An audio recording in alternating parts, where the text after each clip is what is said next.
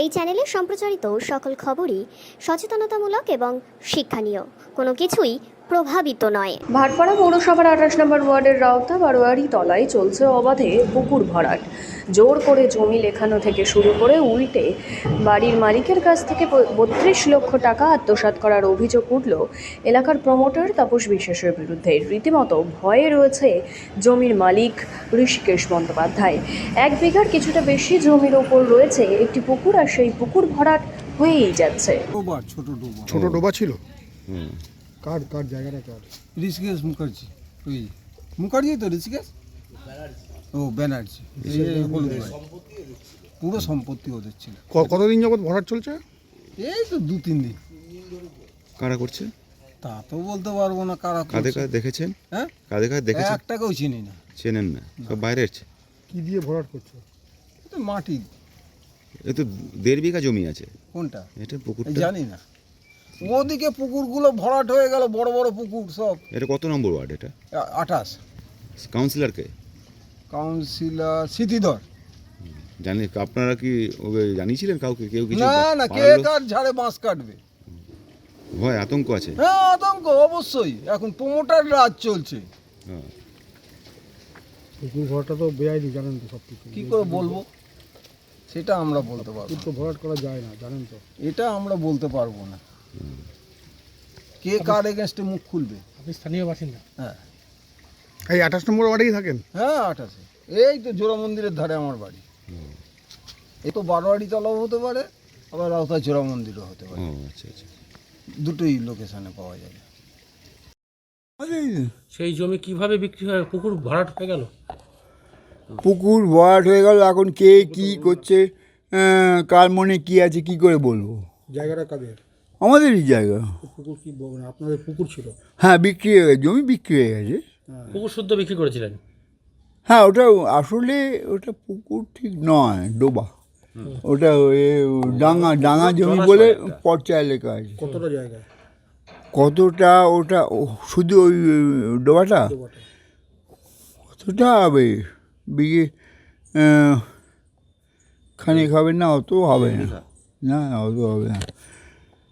ওই 2-3 কাঠা হবে। তো যখন যারা লিখিয়ে নিল, এটা কি প্রমোটার লিখিয়ে নিল আপনার কাছ থেকে?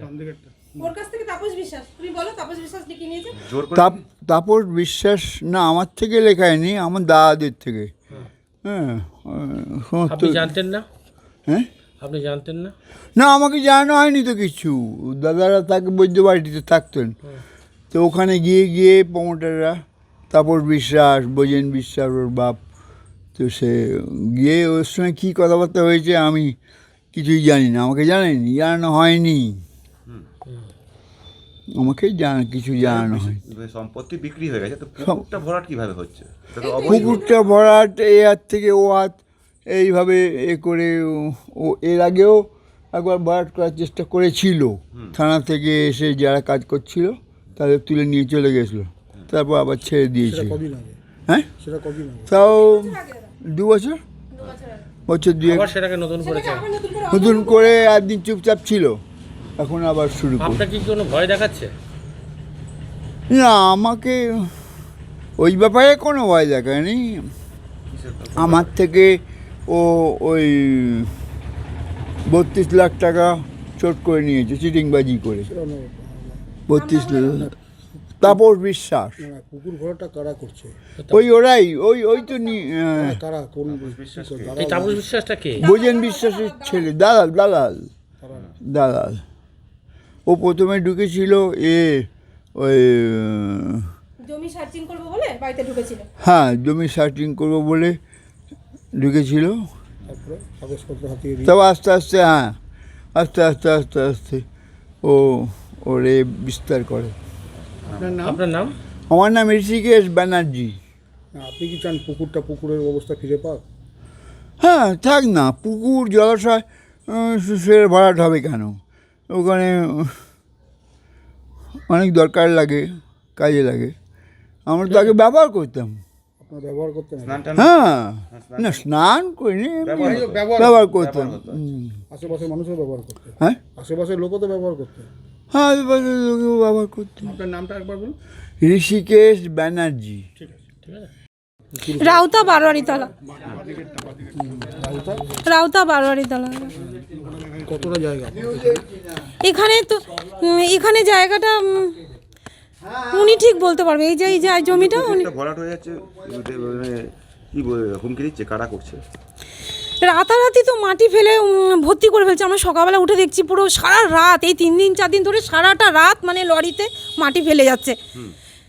সেটাই তোই জানি। হ্যাঁ, পুকুরটা ভরাট করে দিচ্ছে। পুকুর ঘর তো করা বেআইনি, জানেন? হ্যাঁ, বেআইনি তো। আপনারা কি কিন্তু আমরা চাচ্ছি পুকুর আবার হয়ে যাক।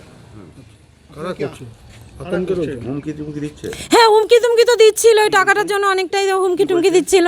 তা বলছে মার্ডার হয়ে যাবে দোকানের জায়গায়, এই টাকার কথা যেন কেউ না জানে, দোকানের জায়গায় 3 কান যেন হলে কিন্তু মার্ডার হয়ে যাবে, অনেক কিছুই বলছে দাদা। আমরা আতঙ্কেই আছি। হ্যাঁ, আমরা তো সবসময় গেটে তালা দিয়ে রাখি সবসময়। কে দিচ্ছে হুমকি? আর হুমকি দিচ্ছে তাপস বিশ্বাস। মানে যে ভরাট করছে? হ্যাঁ, কে? তাপস বিশ্বাস, কে? সে কি? দালাল, একটা দালাল। ওর বাবার নাম ভোজন বিশ্বাস। আচ্ছা, উনি কি এই ভরাট করছে? হ্যাঁ, কতটা আতঙ্কিত আপনি? আমি অনেকটা আতঙ্কিত। আমার মেয়ে রয়েছে, উনি তো ওনাকে বলি কোথাও যেও না, মার্ডার হয়ে গেলে তো কেউ একজন মরে যাব, তখন কি হবে আমাদের? দরজা বন্ধ করে রাখছে? হ্যাঁ, সবসময় গেটে তালা দিয়ে রাখি দাদা। বেরাই না, খুব কম বেরাই দাদা। কি চাইছেন আপনারা? আমি চাইছি পুকুরটা আবার ওরকম হয়ে যাক। আমি চাইছি ওনার টাকাটা আবার যেন উনি যে নিয়েছে টাকাটা, তাপস বিশ্বাস, টাকাটা যেন উনি দিয়ে দেয়। কি জমি জমি বিক্রি করার টাকাটাই উনার ছিল, ব্যাংকের টাকাটা অনলাইনে তুলে নিয়েছে। আমার নাম বনানী মজুমদার। একটা পুকুর ভরাট, মানে পুকুরকে রীতিমতো, জলাশয়কে রীতিমতো ভরাট করা হচ্ছে প্রকাশ্য দিবালোকে। সেই ছবি আমাদের কাছে আছে। আপনি কি বলবেন? আপনারই ওয়ার্ড, ভাটপাড়া পৌরসভার 28 নম্বর ওয়ার্ড। হ্যাঁ, ভাটপাড়া পৌরসভার তো বটেই, বাট এটা ভাটপাড়া পৌরসভার জগদ্দল বিধানসভার এলাকায় পড়ে। ভাটপাড়া পৌরসভায় 2টো বিধানসভা আছে, ভাটপাড়া বিধানসভা এবং জগদ্দল বিধানসভা। 28 নম্বর ওয়ার্ডটা ভাটপাড়া পৌরসভার জগদ্দল বিধানসভার অন্তর্গত। আমাকে কিছুক্ষণ আগে আমার এক সিআইসি ছবিটা পাঠিয়েছে, আমি এইমাত্র পেলাম। আমি শিগগিরই চেয়ারম্যানের নজরে এটা আনবো, যাতে যে জায়গাটা ভরাট হয়েছে যাতে ওটাকে পুনরায় আগের অবস্থায় ফিরিয়ে দেওয়া যায়। আমি চেয়ারম্যানের নজরে আনবো। বলছি, ভাটপাড়া পৌরসভায় একাধিক পুকুর ভরাট হচ্ছে, বারবার আপনারা মানে স্টেপ নিচ্ছেন অবশ্যই, কিন্তু এইভাবে তো মানে ইনলিগাল কাজটা বেশি হচ্ছে না? দেখুন, তো বাস্তবিকই ঠিক, বাট কোনো একটা জায়গায় নিশ্চয়ই আমাদের তরফ দিয়ে কিছুটা গাফিলতি আছে। আমি চেয়ারম্যানের সঙ্গে আমি কথা বলবো যাতে এইগুলো মানে ঠিকঠাক করা যায়, নিজেদের কারেকশান করা যায়। কারা ইনভলভ থাকছে? দেখুন, এইসব যারা করে এইসবের জন্য সব জায়গায় একটা শ্রেণী আছে, যারা জমি দালালি, যারা কিছু একটা যাদের ভেস্টেড ইন্টারেস্ট আছে।